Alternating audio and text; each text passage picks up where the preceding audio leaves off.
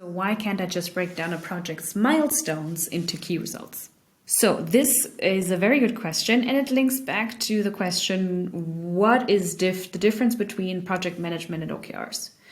Basically, the difference is we probably already do project management. Everything surrounding output, so what I actually work on, is probably already documented somewhere. So there's no need to introduce a new process for that.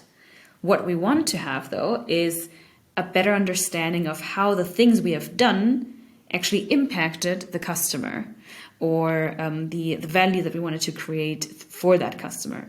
So basically that's an important distinction. So outcomes are OKRs, outputs is project management, or anything in Jira, Epics, anything on the Scrum level. All that is already something, it might be formulated a bit outcome oriented already. If you use like user stories, then probably you have the customer in there, but the OKRs are supposed to be the aggregated value that a team can actually achieve with their work that they have done. So that is the basic difference of it.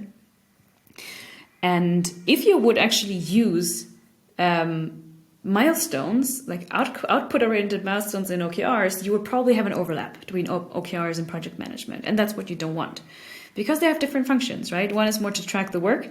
The other is more to track the effect of the work.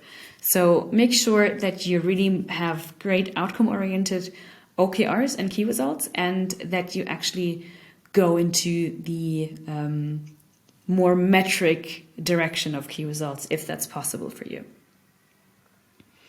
Another reason to use metrics and key results is that you can actually track several times in a cycle if you're going the right way.